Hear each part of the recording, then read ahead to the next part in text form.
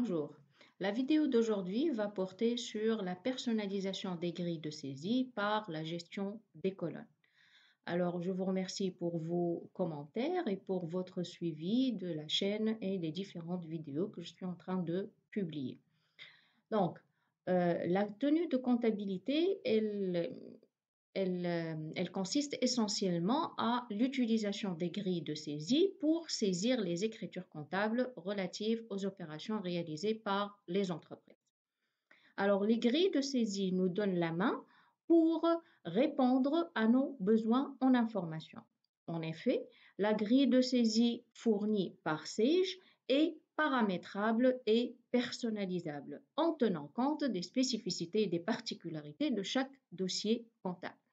Ça veut dire que si jamais j'ai besoin de plus d'informations que ce qui existe au niveau de la grille de saisie fournie par Sage, sans comptabilité, je peux ajouter l'information supplémentaire dont j'ai besoin. Je l'ajoute, bien sûr, l'information est toujours ajoutée à travers l'ajout d'une colonne dans votre grille de saisie. Donc, pour ce faire, si vous voulez savoir comment personnaliser la grille de saisie, suivez la vidéo jusqu'à la fin. Alors, on va commencer. Donc, pour pouvoir personnaliser une grille de saisie, on va suivre des étapes bien déterminées. La première étape, c'est d'ouvrir la grille de saisie en question, c'est-à-dire que vous voulez personnaliser. Alors, dans notre cas, je vais ouvrir un journal d'achat, par exemple. Donc, je vais y aller vers le bouton Traitement, Journaux de saisie. Je vais choisir un journal d'achat pour un mois quelconque, par exemple, mois de février. Donc, je vais agrandir ma grille de saisie. Donc, si j'essaie de visualiser ce qui existe au niveau de la grille, je vais voir la première colonne concerne le jour de l'opération. La deuxième colonne, c'est le numéro de pièce. La troisième, c'est le numéro de la facture.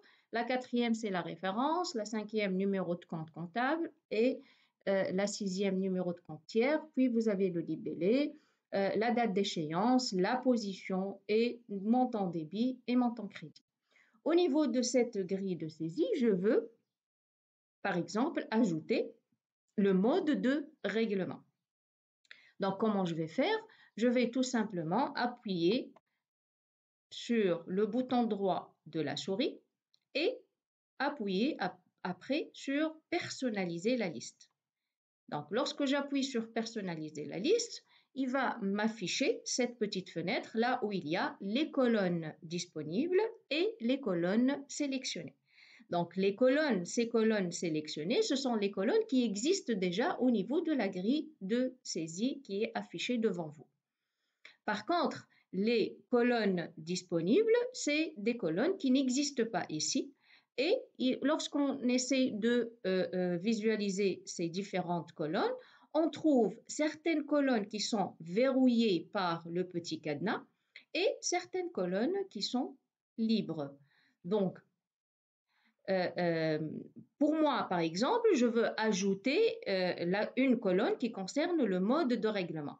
Là, donc, ici, j'appuie par exemple je sélectionne le mode de règlement. En principe, si je veux l'ajouter, je vais tout simplement appuyer sur ajouter. Donc, lorsque j'appuie sur ajouter, je remarque que cette colonne ne va pas s'ajouter dans les colonnes sélectionnées et par conséquent, je ne peux pas l'ajouter à ma grille de saisie. Pourquoi? Parce qu'elle est verrouillée. Par contre, si je veux ajouter une colonne qui est libre, comme par exemple le code de taxe, donc je le sélectionne tout simplement et après, je vais appuyer sur ajouter. Donc, vous remarquez que code de taxe, elle a été transférée des colonnes disponibles vers les colonnes sélectionnées. Et par conséquent, lorsque j'appuie sur OK, on va le visualiser sur notre grille de saisie. Donc, on va le voir immédiatement. Donc, OK. Voilà, ici, donc il a ajouté code de taxe. Une colonne qui s'appelle code de taxe. Mais bien sûr, moi, je n'ai pas besoin du code de taxe, mais j'ai besoin plutôt du mode de règlement. Donc, je vais retirer cette colonne. Donc, je vais vous montrer comment retirer. Donc, on peut aussi bien ajouter que retirer une colonne. Et ça, bien sûr, ça dépend des spécificités et des besoins en information de chaque dossier comptable. Donc, toujours appuyer sur personnaliser la liste. Je vais tout simplement sélectionner code de taxe et je vais appuyer sur supprimer. Donc, vous voyez que la colonne code de taxe, elle est revenue vers les colonnes disponibles et elle a disparu des colonnes sélectionnées.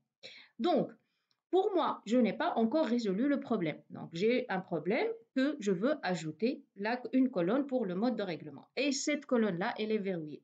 Donc, certainement, il y a une autre solution, il y a un autre bouton ou quelque chose d'autre dans le menu que je dois y accéder pour pouvoir la déverrouiller.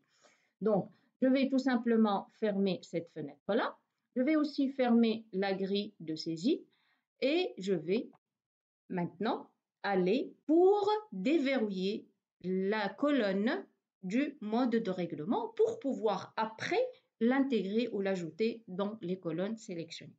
Donc, pour pouvoir déverrouiller des colonnes, il faut aller tout simplement vers Fichier, à propos de votre société, Options et Organisation. Double-clic, Organisation. Alors ici, vous trouvez tous les états et les grilles de saisie que vous pouvez personnaliser, que vous pouvez ajouter ou supprimer des colonnes, que vous pouvez personnaliser selon, bien sûr, vos besoins.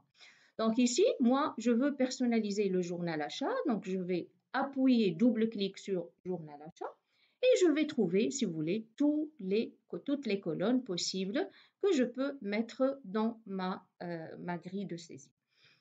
Je vais tout simplement chercher la colonne dont j'ai besoin, c'est le mode de règlement par exemple. Alors au niveau du mode de règlement, vous voyez que c'est barré, c'est-à-dire que je ne peux pas au fait l'ajouter, c'est parce qu'il est tout simplement verrouillé. Pour le déverrouiller, vous voyez ici qu'il y a trois possibilités. Obligatoire pour le fichier, masqué pour le fichier et disponible pour le fichier. Masqué pour le fichier, il est verrouillé, comme vous l'avez déjà vu avec une petite cadenas là où on a voulu l'ajouter.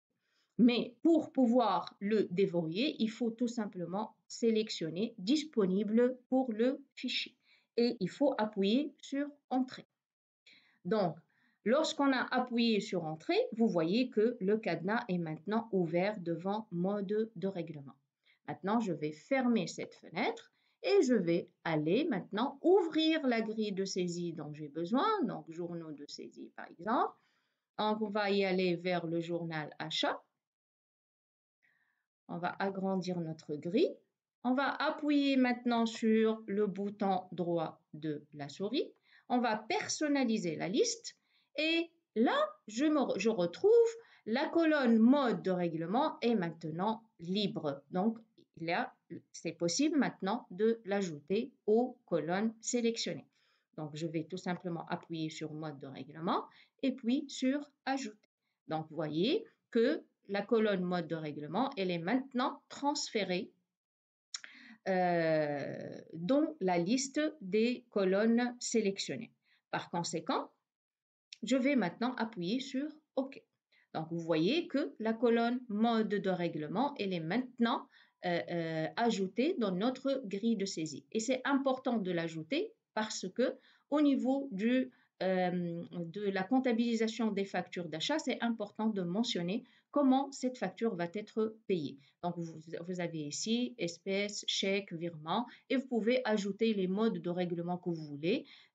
C'est bien sûr ça va donner l'objet d'une autre vidéo qui concerne les modes de règlement et comment les paramétrer, comment créer un mode de règlement et comment les utiliser au niveau de saisie des écritures.